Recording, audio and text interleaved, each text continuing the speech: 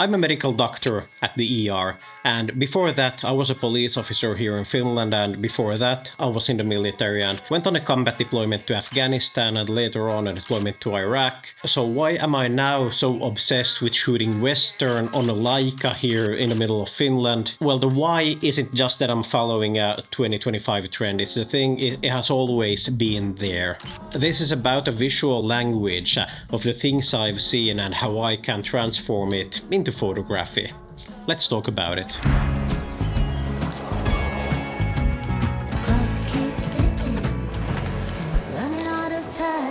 If you go back to my teenage years, I had a radio in my room or a boombox setup, and what I was playing from my TV that I had connected to the speakers was country music televisions.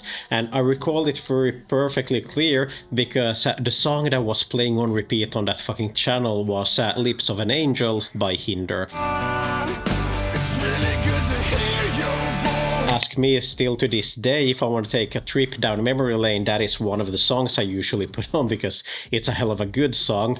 But that was the song that they played on repeat, and going after that like a few years when I was 16 or 17 and we're living now in 2007, 2008, we were on a trip to Florida, and that is the situation where actually this picture was taken when I was at my first rodeo. I have to say that instantly that felt like home. It was just the ambience, the feeling that here is something bigger than myself, this is where I belong at home. And that has carried with me ever since then. Now, thinking about the military and thinking about the police, that is like the true definition of grit. And essentially it's about just sucking it up, princess, and going out there in the snowstorm to get the work done. Now, fast forwarding a few years back to 2023 when I finally graduated as a medical doctor, medicine was a field I chose because it felt natural. I've been through a lot of combat casualty care trainings and so on, and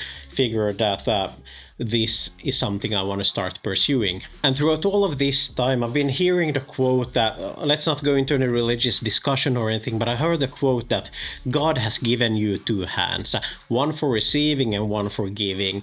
Now, if you ask me, God has given you two hands for you to get some work done. Yeah, that's what work is about essentially, and especially at the ER where stuff can get a bit hectic at times. Now, when I'm at work, whether I'm doing an emergency thoracotomy or then with all of the time in the world I'm with an ultrasound, placing an ascites drainage or something, I have precision tools, surgical instruments that allow me to do the work that I need to get done right there. And thinking about this in photography is what has brought me to Leica now at this day and age, is because this is a tool that, if you ask me, it's not intended to shoot street photography in Paris and drink up a cup of coffee. It's meant to see pure hard work, texture, grit, dirt, and whatever you throw at it. That is what this camera is built for. And some might be considering that Leica is a luxury tool, but I wouldn't think about it that way. I'd more say that it's just a precision instrument that's not beautifying the scene. It's not, the 28mm is ugly as hell. It's an ugly focal length. I've grown used to it. It doesn't beautify the scene. It shows the raw, unfiltered truth of whatever you put in front of it. And that's everything it shows. Then it's up to you to get that composition, to get that lighting, and in the first place to get that fucking story in front of you that's worth taking a picture of.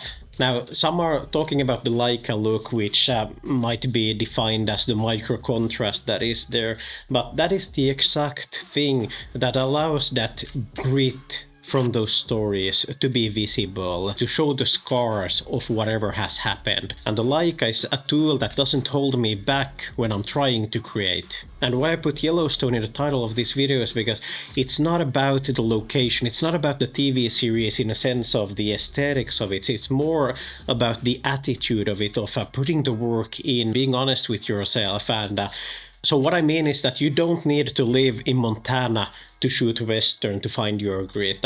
What you need to do is to find a thing that is true to yourself, as I've found that all of this that can be contained within the Western atmosphere, because it's about putting in the hours of hard work and doing your profession. It's about then capturing that on film, on photo, on video. And that's exactly what I'm passionate about. So stop shooting what looks nice, find your inner style, double down on that, and perhaps you'll reach something. I don't know if I ever will, but I will sure as hell try. Thanks for riding fences with me today, and I'll catch you next time. See ya.